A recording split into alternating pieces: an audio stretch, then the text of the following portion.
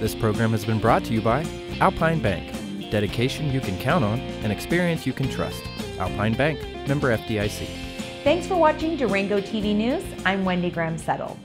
Soaking rains from the remnants of Hurricane Bud slowed the advance of the 416 fire west of Durango. But drier conditions in the weeks ahead could cause the fire to blow up again.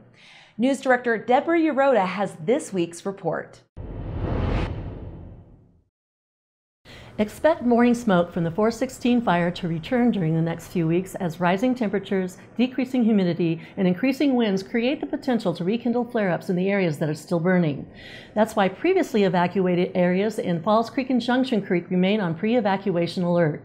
Evacuees from San Juan County to Durango, including the Falls Creek subdivision, were allowed to return to their homes during the past week. More than 2,000 residents and businesses were evacuated during the fire since its ignition on June 1st. San Juan National Forest Service officials and firefighters still have not released an official cause for the fire. According to the Incident Management Team report, the rains over Father's Day weekend tamped down the fire and checked its spread, but areas are still smoldering and fire continues to creep westward into the forest and toward the Hermosa Wilderness area. Fire lines have been completed to protect structures along U.S. Highway 550 in Hermosa, Falls Creek, and Junction Creek. The fire has burned more than 34,000 acres and is 35% contained. Fire officials say it's likely the fire will continue burning until monsoon rains start. The long-range weather forecast from the National Weather Service predicts an early start to the monsoons and higher than average precipitation for the monsoon season. The Father's Day weekend storm produced 1.5 inches of rain, enough moisture to reopen the San Juan National Forest and lands managed by the Bureau of Land Management in the Durango area. Forest Service land near fire activity will continue to be closed, including segments of the Colorado Trail from Mullis Pass to the Junction Creek Trailhead.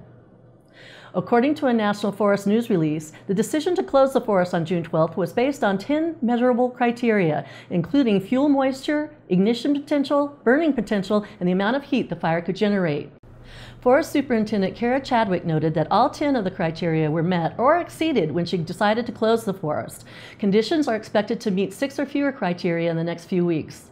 A Stage 2 fire restriction remains in effect for all federal lands and prohibits all campfires, stove fires, the use of charcoal grills, coal and wood-burning stoves, or the use of liquid fuel devices like lantern stoves or grills.